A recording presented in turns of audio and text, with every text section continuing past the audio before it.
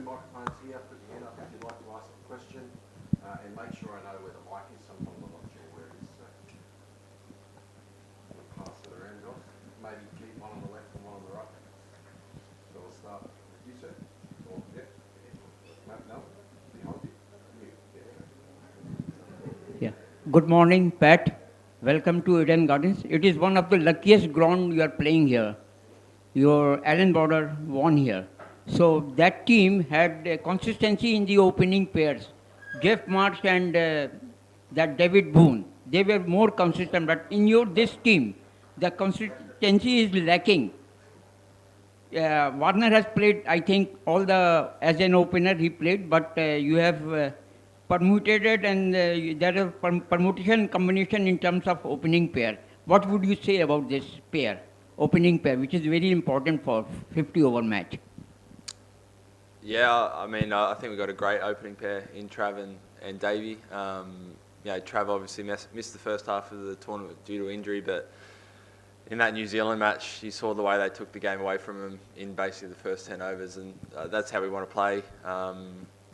Mitch Marsh, I think, showed last time as well what he can do up the top of the order, albeit at number 3. So, yeah, really, really pumped with how the batting lineup's functioning at the moment.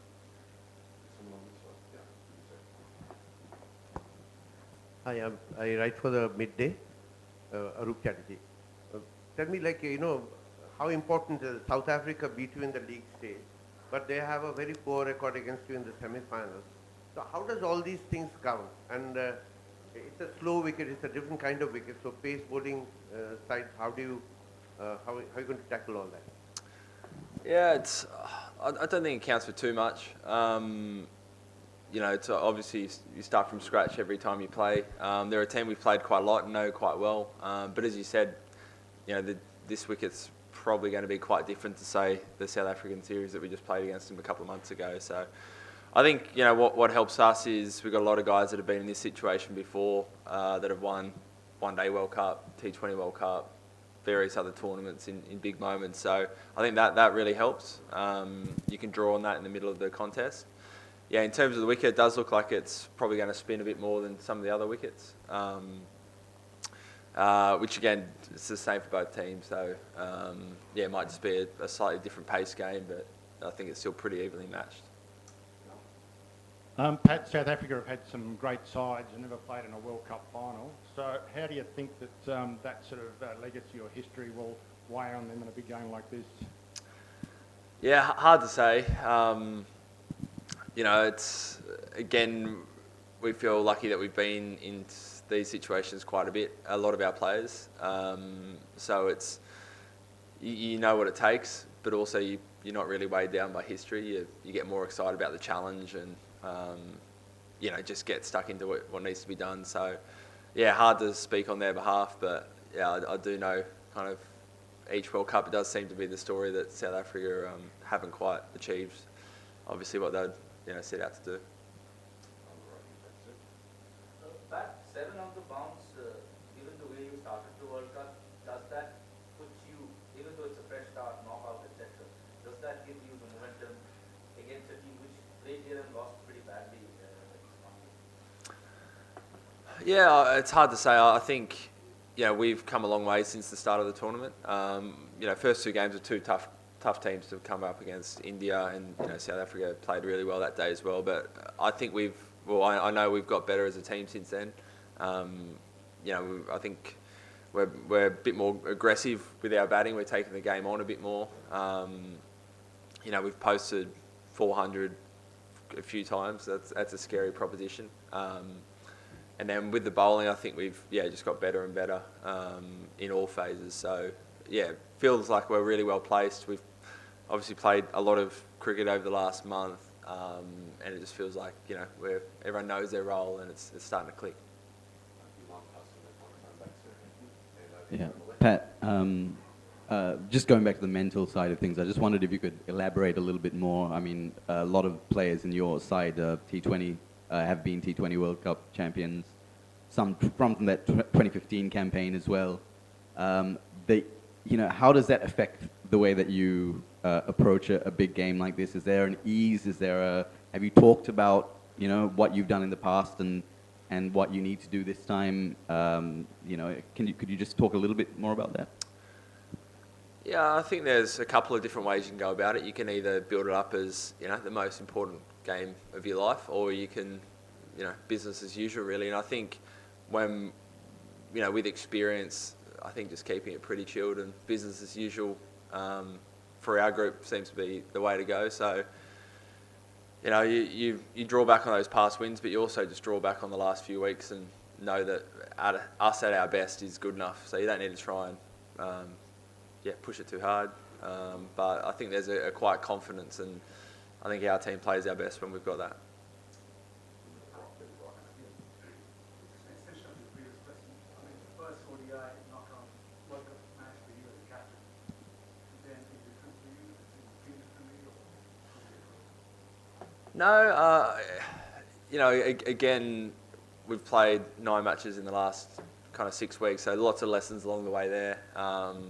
And I'll be drawing on that. So there's been some games that were pretty chilled. There's been some that have kind of been pretty tight at the end, and I think that sets us up well for this one. And I do my normal planning, get my head around what tomorrow's going to look like on, say, that kind of wicket, which maybe might spin.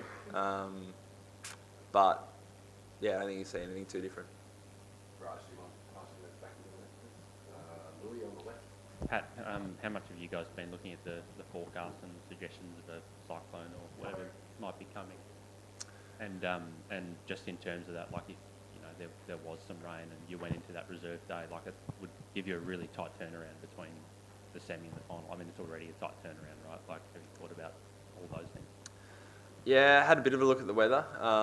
It's always kind of hard to judge. It seems to change a little bit, and one website tells you something and another one tells you the opposite. So, I guess it's something you think about, but I mean, you can't forward plan too much with the weather. So, we'll turn up, expecting to play 50 over match tomorrow, and if that shifts on us, well, I'm sure in real time we can kind of adjust as needed. But it feels like it hasn't really rained here for the last couple of months, so to see the weather for 2 days looking like that's not ideal. But in terms of short turnaround, it's fine. We play lots of ODIs where you're playing on Friday, flying to a different city, playing on the Sunday, so it's not too big of a deal.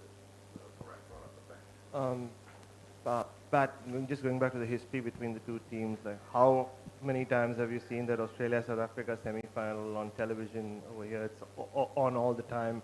It's also funny that they don't show the 2007 one where Australia dominated South Africa and beat them badly. So I know you're not much of a cricket watcher, but do you have any memories from that? And like I said, how often have you had to see it in the last few years? I mean, the 99 World Cup one, it's kind of folklore, isn't it? So seen that replay heaps of times. You hear the stories. Mainly just that last ball and the last over. I've seen that heaps of times. But I guess since I've been playing, I haven't really seen too much. Obviously, 2015 they had a great semi-final against New Zealand, went right down to the wire. Honest answer, I don't have too many memories. Hi, Pat. Just on that, do many of your team members remember anything about 99? Some of the South Africans weren't even born then, and they say, this is not something that's in our memory bank. Is it in yours? I mean, no, not really. None of our players were playing. You can't probably draw too many conclusions from that team, but it's part of Australian kind of cricket folklore and history, so you see the replays, but obviously none of us were playing in the game. Yeah, hi Pat, Sandeep here. You have been a part of Kolkata Knight Riders, and Eden Gardens is very familiar to you. So is it going to give you any extra advantage while preparing strategy for this match? You know the conditions here very well. I've been asked that by a few of the boys this week, and I feel like I've hardly played here. I think I've played one IPL game here, and then obviously the last few years we've been in Dubai or Mumbai or different places for IPL. So I'd love to claim that, but I've played here as much as a lot of the other guys, which is mainly Australian ODIs and the odd IPL game. Hi, Pat. Just on a personal note, you were in that 2015 World Cup squad, but you weren't in the 11. So is there any extra motivation to, play in that 11, considering how many of your close mates were in that team? Absolutely. I still say that 2015 World Cup was, my career highlight, and I wasn't playing, but it was just the most magic moment. MCG, packed house, whole of Australia behind us, winning a World Cup, which is rare. You only get a chance every 4 years. So, if I'm in the playing 11, we win, that might pip that 2015 World Cup. Pat, have you settled on an 11 yet? And if so, if not, are you leaning one way towards the extra all-rounder or batter? We'll announce that at the toss tomorrow. So we're pretty sure, but we'll let everyone know tomorrow. And just, I'm not sure if you followed a report from the Daily Mail over the last 24 hours about the pitch in Mumbai.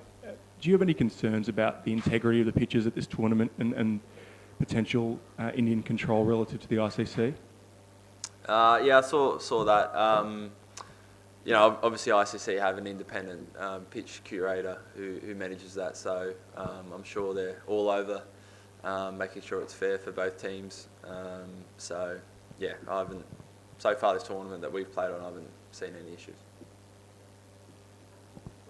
Pat, just back to the playing 11. So Manas walking around with keeping gloves on. We don't need to read too much into that, right? Like, he won't be keeping wickets in the semi-final, for example. He won't be keeping wickets. We've got two very accomplished wicket keepers here on tour. No, I did say to him after training yesterday, because I saw him bowl off spin, leg spin, short fielding catching, outfield catching, batting, hitting fielding hits, and then batting in the nets against spin pace. I was like, you forgot to do bowling, fast bowling today. What's happened? So he'll probably be down here later bowling, fast bowling. Pat, can you talk us through about the two likely scenarios with selection? Like you just said before, the pitch might turn a bit, so it might be a bit harder work. Is that a case where you might lean towards the extra batter rather than the extra all-rounder? I mean, what are the two scenarios that you guys are working through to make that sort of decision on that final place? Yeah, I think that's fair. With the all-rounders, someone like a Stoyan at number 7 is giving you valuable overs, and then also is a really aggressive finisher to the innings. So you're weighing that up against, maybe a middle order batter if you think the bowling might not come into it as much, and maybe the runs are to be had by, through the middle overs rather than blasting them out at the end. So they're things we've got to weigh up. I don't think there's a wrong or right answer. We've got a class squad of people here that feel like we can step in at any time. So, we'll work through that. And Maxi, we just had the news that Maxi had a precautionary scan. Can you tell us what that was for and how he's pulled on? Yeah, so Maxi's all clear. He's all good. Just precautionary. So it was still a little bit sore yesterday. We get scans a lot of the times just to make sure that if there is something there, we know what we're dealing with. And fortunately, it came back all sweet, so he's fine.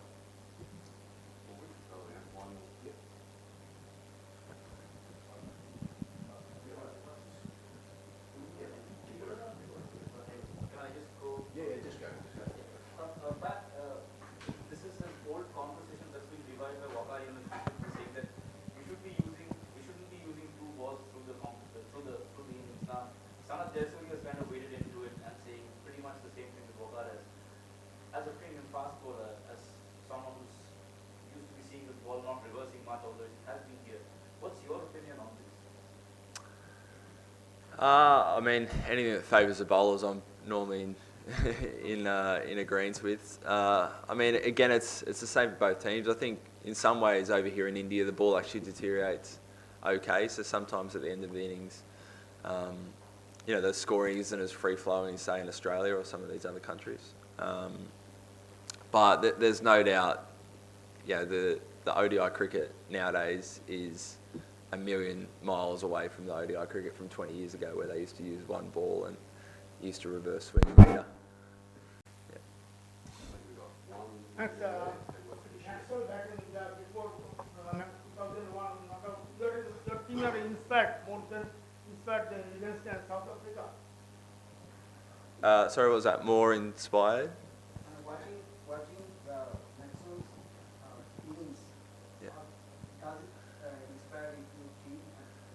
Yeah, for sure. I think any moment like that. You know, same with Mitch Marsh's 170 odd last game. I think in particular Maxwell's knock when we were right up against it, game was over, but still one of the boys stood up to find a way to win. You know, that just, as a team, you grow an extra leg because you feel like you can win a match from anywhere. And having someone like Maxi in your team is just a complete luxury. Like, he's a superstar, he's a freak, he can win a game from anywhere. And yeah, pretty glad he's in our team.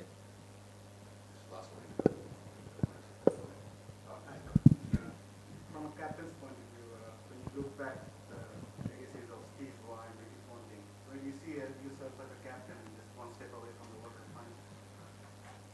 final? I mean, it'd be pretty awesome. Again, you look back at some of the great Aussie sides and see that they've won World Cups. So probably more from a playing point of view, I kind of, that's what drives you to win World Cups. Yeah, to be captain of this side, everyone, I just feel like a huge privilege. Yeah, I've loved it. It's a great bunch of lads, and yeah, it'd be pretty cool. Would you like to remind South Africa the word choking before? I think you already have. Thanks, guys. Thanks, everyone. Thanks.